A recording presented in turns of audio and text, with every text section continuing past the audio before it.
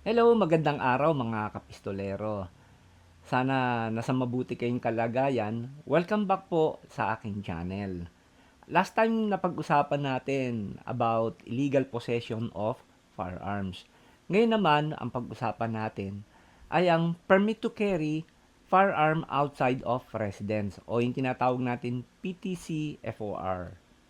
Dito sa video natin, aalamin natin ano po ba ang PTC-FOR and ano po yung mga provisions na nakapaloob dito at mga restrictions para sa dagdag kaalaman po ng ating mga gun owners dito sa ating gun community. Matagal-tagal na rin akong hindi nag-feature ng aking intro, di ba? Kaya before that, intro, pasok muna.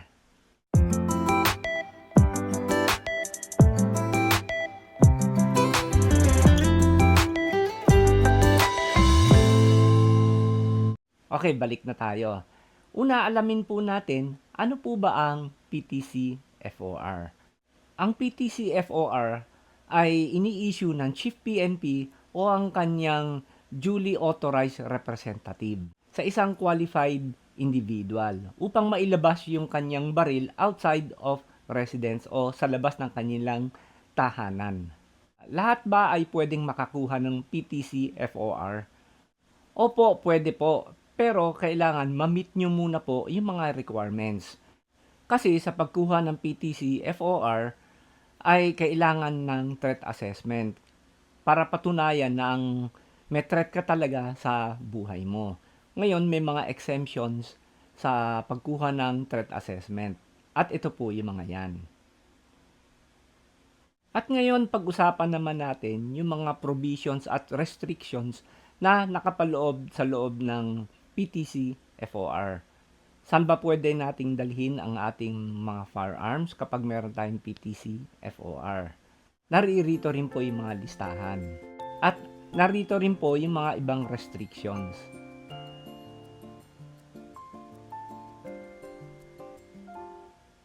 At siya nga pala, may nagtanong po sa akin. Ang sabi niya, Sir, halimbawa, dala ko yung firearm registration ko, dala ko rin yung aking LTAP, pero hindi ko dala yung PTC ko. Pero yung picture ng PTC ay nasa cellphone ko. Pwede ko bang yun na lang ipakita? So ito, sinangguni ko sa ating kaibigang lawyer, ano? Ang sabi niya, hindi pwede. Kailangan SOP talaga yon na kapag ilalabas mo yung firearm mo, see to it na dala mo rin talaga yung physical ID, yung card ng PTC4. Okay? Unang-una kasi, yung PTC4 natin, meron siyang QR code. So, para ma-check yun kung legit talaga yung PTC, ini-scan po yun at may mga lalabas na data. Kasi ang iniiwasan din dito, sir, yung mga PTC4 na made in recto. Alam niyo na po yun. Maraming na kasi naglalabas sa mga fake na PTC. Plus the fact na chine-check talaga kung legit yung PTC. As you know, nung unang panahon no, na balitaan niyo po ba sa TV Patrol na yung bulag hindi nakakakita, bulag, nakakuha po ng PTC4. I'm sure mga oldies na gaya ko nabalitaan na po ninyo yon. So, yun ang iniiwasan ng PNP na mangyari muli. Kaya, hindi natin may iwasan na medyo maghigpit po ang PNP sa pag-issue ng mga ganoong permits. Ngayon, ang pag-usapan naman natin yung pagdadala ng firearm natin sa mga malls. Okay? Marami kasi nagtatanong din sa akin Sir, dapat ko bang isuko yung firearm ko sa security sa mall? Okay, ito yung nakapaloob sa sa rules. Ang mall kasi is considered a private property. Although pinapayagan yung mga tao na pumunta doon sa mall, pero as a private property pa rin ang mall. So meron silang karapatan na mag-impose ng kanilang rules. And one of the rules is kailangan i-deposit nyo muna yung inyong dalang firearm sa security. May mga nagtatanong naman sa akin, Sir, paano namin madadala yung aming firearm upang mag-practice sa range? Mahirap kasing kumuha ng PTC-4 dahil dun sa threat assessment. I'm sure maraming mga nakaka-relate dun, ano. Mahirap naman talagang kumuha ng threat assessment. So, ito yung isang solusyon natin. Pwede naman tayong kumuha ng PTTFA o yung Permit to Transport Firearms. Magpunta lang kayo sa FEO and mag-fill up lang kayo ng form, magre-request kayo, and I think magle-letter din kayo para makakuha ng PTTFA. So, pag-usapan naman natin ngayon, ano yung pagkakaiba ng PTC4 at ng PTTFA. So, narito rin po yung difference between PTC4 and PTTFA. So, makikita po ninyo, yung validity, 2 years sa PTC4. Do sa PTTFA, isang araw lang. Pero may maximum siya. Pwedeng magbigay sila ng maximum of 15 days. Depende sa duration siguro ng competition na sasalihan nyo, no? Sa mode of transport naman, kailangan sa PTC4, naka-concealed siya in a case. So, nakalagay nga dun sa likod ng PTC4 natin, kailangan naka-encase siya, tapos concealed. Hindi pwedeng makita ng public. Pero, pwedeng merong bala, may ammo siya, and magazine inserted. Sa PTTFA naman, kailangan naka-concealed siya sa isang case, pero yung mga ammos natin o yung mga bala natin, nakahiwalay, nasa separate container or separate case. Hindi pwedeng naka-chamber load or naka-insert yung magazine do sa firearm. At ito, saan natin pwedeng dalhin ang ating mga firearms? Sa PTC4, anywhere in the Philippines, basta with restrictions lang as indicated do sa likod ng PTC4.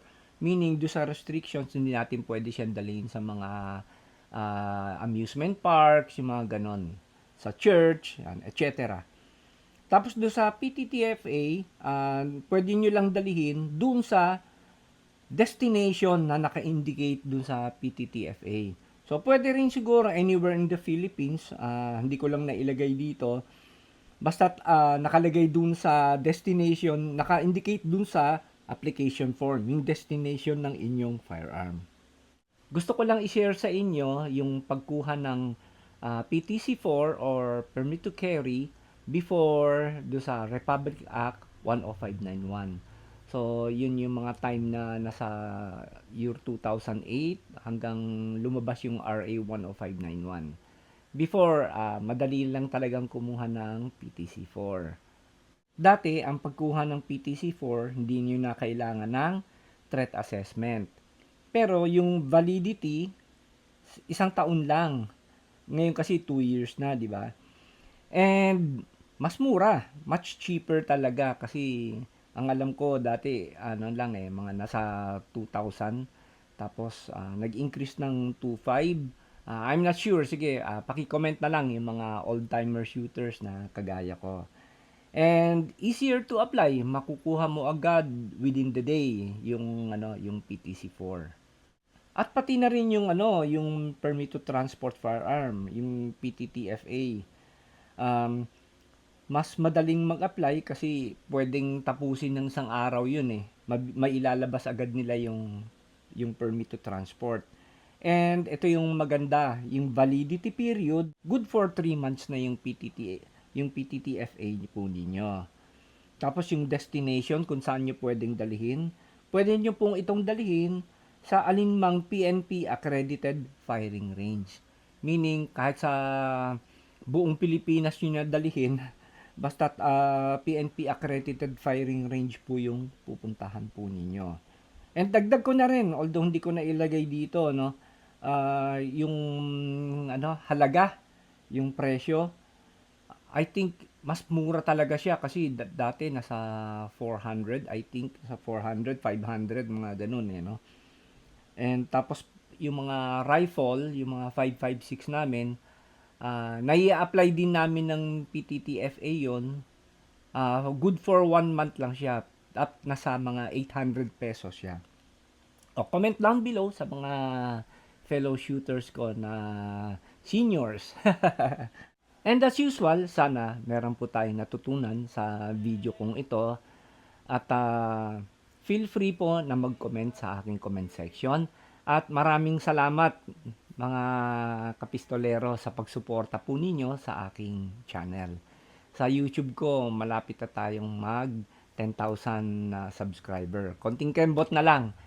At yung mga sumusubaybay sa akin sa Facebook, marami rin pong salamat.